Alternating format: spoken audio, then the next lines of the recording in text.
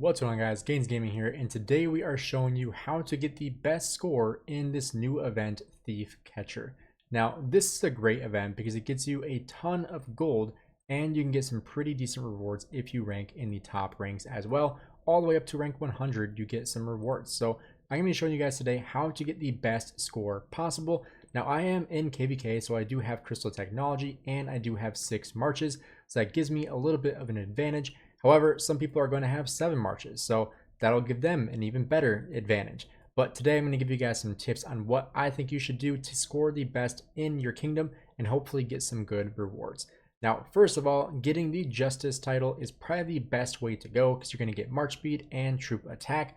Additionally, you do want to make sure you pop some buffs. So if you want to get a rune, you can do that. For me personally, I'm not near one, so I'm not doing it, but I recommend getting a 10% attack or a 7% attack and 7% march speed if you're able to, because that is going to get you the best bang for your buck. Additionally, you want to make sure you have War Frenzy. So what I would recommend is find something that is not in your alliance, whether that is another flag or another city. Go ahead and scout it, and then you can just return it. You do get War Frenzy when you do that, so you get that for 15 minutes. You do want to make sure you pop a buff as well. So we have the attack buff here.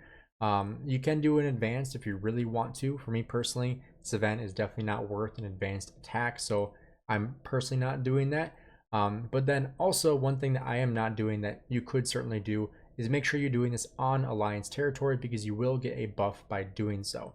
So when it comes to your marches, you also want to make sure you're using high DPS commanders, single target commanders if possible. And for me personally right now, I have 5 field marches and 1 siege march. And for this event, siege is no good because the Thief Catcher is moving around, so you're not going to be able to continuously attack it. So for me personally, I'm actually using Ethel and Minamoto because I just want someone that has high march speed that can still do some damage. So you'll see me use my Ethel to move around and get the aura rings because that is the easiest way to do it. That way I'm not sacrificing my high DPS commanders for, getting the aura rings. So without further ado, let's jump right into this and show you exactly how I would recommend going about it. So before you even start attacking, you want to make sure you spread out your marches. So you want to spread out like this, because if you start attacking right away, some of your marches aren't going to be hitting it. So you want to make sure you are aware of that. So now Ethel just needs to get over here. And he does start moving around right away, so you got to be aware. So now we're going to go ahead and start attacking. You do want to make sure you have all your marches selected. I am using Herman Prime just so I get some additional skill damage factor. So here we have 1 aura ring. I don't have to do anything with this, which is nice. You want to make sure you pay attention as well, because you are going to have some commanders get locked. Okay, so here's a good example. I don't want to take BQ out of the equation, so I'm going to take my Ethel and go collect that shield. So this is actually going to increase the damage taken by the opponent here. And when you have these things, you want to avoid them like they are the plague, because you actually get punished if you get hit by them. So you can see my BQ actually got hit, and so he wasn't able to move. So you want to make sure you try to avoid those circles if possible. So then you want to just continue doing as much damage as you can. Ideally, I want my Ethelfled to be the one getting these rings, but if she's on the other side, you just don't have time to move her. So you want to make sure you are staying within these, because again, these do increase the damage taken by the enemy. So worst case scenario, if you can't take your worst march, take the one that's nearest to it. And if you get lucky like this, where my BQ is just automatically in that ring, that is fantastic because I don't have to do anything.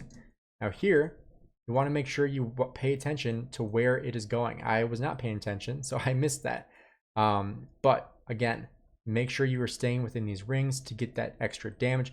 I'm actually going to take my Ethel and move it through my city. I got very lucky because it was actually getting targeted by that skill, and that skill actually went away. So if you are able to move one of your marches that's being targeted into a city or into a flag or even a node, you are able to do that, and it won't actually fire off the skill that can punish your marches. So that is a great thing to do if you are in your cities like I am. Again, stay within these circles because that will boost the amount of damage you are doing. You can see right here, damage taken is increased, and you're going to continue to do more and more damage. Here's a good example of just getting my Ethelfled over there to get that ring. And it is going to disappear again here shortly. All right, we can stay within that. Let's actually jump into here. There we go. It looks like I'm going to have a couple that are going to be affected by that. Get into that ring real quick. I missed that one. So one thing I don't like about PC, this is a lot easier to do on a mobile device or even on iPad. It's a lot easier to do. So if you have that ability, definitely opt for that rather than PC, just because it's easier to control your marches on a mobile device rather than on PC. Because on PC you're having to click exactly where you need to be, versus when you're using your finger, it can be a lot easier to select exactly where you want to be with that. So if you are able to do this on your mobile device, I would highly recommend it. After I'm done with this, I'm going to jump onto my phone and do it because I can definitely score higher on my phone. But we're going to see how high we can score. We have a minute 20 left here. You do want to make sure you are paying attention this entire time, because just one little mishap can make you go from rank 1 all the way down to rank 20, and you really lose all your rewards. So let's see, it's going this way. You want to make sure we keep a march in front, because a lot of times the ring goes in front of him, and if you are all stuck behind, you're not going to be able to get this. Here's a good example. Getting out of that skill, and now that skill does nothing, is not going to punish me. So if you are able to jump into a city or even a node, it will have a ton of benefit for you. So make sure you are aware of which commander is being targeted, because that will make a very big difference, because it does decrease the amount of extra skill damage it's taken, or total damage it's taken, every time you get hit by one of those skills. So you want to try to avoid them as much as you possibly can. And one thing that I don't love about this event is that it is very skill based, because if getting the rings is completely skill, or not skill, it is completely luck, sorry. Because it's just, you have a chance to target those, or to set them off. And here's a good example of being on PC sucks, because it's like I can't control that many marches at the same time. But let's see how much we scored. We scored 60 mil. So we actually increased our score. We got just under 1 million gold, which is great. And we can see we got to level 47, which puts us at rank 1 with 60,382,000 points, which is great. So as of right now, I am set to get the advanced army expansion. However, I don't expect to keep that, because in my kingdom, 1846, we have a lot of very high power whales that are going to have 7 full equipment marches that are going to go ahead, pop a 50% expansion, and just blow my score out of the water. So this is a great way, just a couple tips on how to score better in your kingdom, so that way you can get some better rewards from this event. You should do this even if you aren't going to score in the top ranks, because it is still great just for the gold that you're getting, because like 1 million gold every single time is pretty darn good. So if you are able to do this event, I would highly recommend it. It takes 5 minutes for each one. I would recommend doing them all 3 times.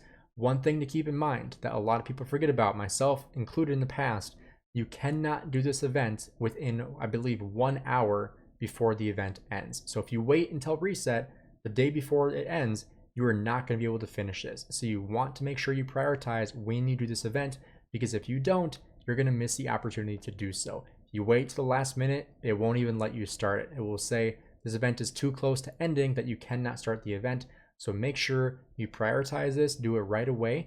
Once you see it pop up, pop your expansion, pop your buffs, follow this guide on how to score the best for the Thief Catcher event and get the best rewards.